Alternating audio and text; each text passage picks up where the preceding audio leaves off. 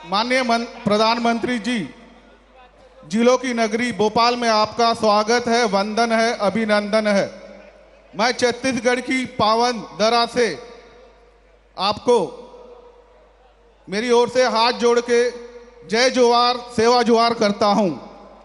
मैं संजय सोढ़ी, शक्ति केंद्र क्रमांक 1 सुकमा का प्रभारी हूं। मैं छत्तीसगढ़ के अंतिम छोर सुकमा जिला का निवासी हूं, जिसको आप सब नक्सलगढ़ के रूप में जानते हैं।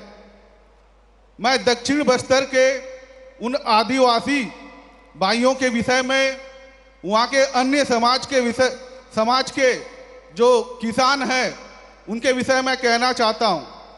उनके पास उपजाऊ जमीन होने के बावजूद आज वो पिछड़े हैं।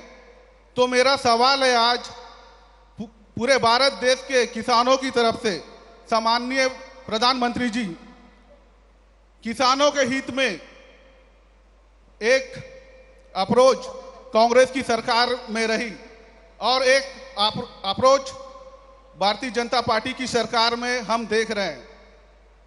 इस अंतर को हम सामान्य जनों को, आम जनों को कैसे बता सकते हैं और उन्हें कैसे समझा सकते हैं? बहुत बहुत धन्यवाद। आपने किसानों का विषय लिया, अच्छा किया, क्योंकि मैं कब से बात कर रहा था, शायद ये विषय छूट जाता अगर आप न पूछते तो। देखिए, आज जरा पहले का अनुभव याद कीजिए, किसानों के साथ क्या होता था। कांग्रेस की सरकारों के दौरान सूखा पड़ता था तो परेशानी किसान की होती थी, बाढ़ आती थी तो किसान की सूद लेने वाला कोई नहीं होता था, किसान के नाम पर मदद को बिचौलिए खा जाते थे। कांग्रेस की एक ही नीति थी, पहले किसानों को संकट में पड़ने दो और फिर कर्ज माफी के नाम पर झूठ बोलकर वोट की फसल काटो। ये उनका तरीका रहता था। आपने 10 साल में कांग्रेस ने कुछ हजार करोड़ रुपए की कर्ज माफी का ऐलान किया, लेकिन असली किसानों ने को ये लाभ कभी पहुंचा ही नहीं। आप जाकर के देख लेना, इतनी सारी, कभी कभी तो 10 दिन में करेंगे, 100 दिन में करेंगे, कभी नहीं किया।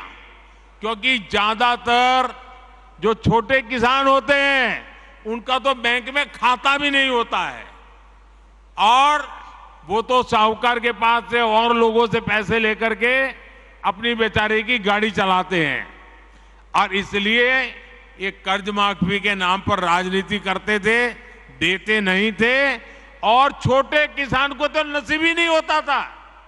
लेकिन भाजपा सरकार आज पीएम किसान सम्मान निधि से सीधा पैसा किसान के बैंक खाते में भेज रही है। इससे छोटे से छोटा किसान भी लाभान्वित हो रहा है। अभी तक इसके तहत आपको आंकड़ा याद रखना चाहिए, 2.25 लाख करोड़ रुपए। कितने?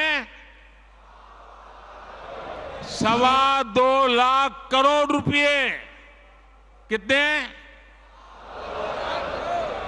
2.25 लाख करोड़ रुपए किसानों के खाते में जमा हो चुके हैं, और वो भी करीब करीब 11 करोड़ किसान इस स्कीम के लाभार्थी हैं।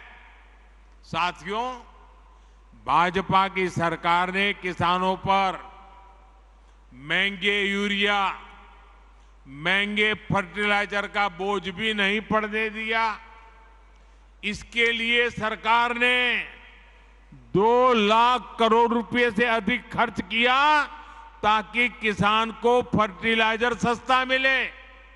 आप में जरा आंकड़े याद रखना, आज अमेरिका में यूरिया की अगर 50 किलो की बैग है तो कीमत है 3,000 रुपये। ब्राजील में उसी बोरे की कीमत है 3,500 रुपये।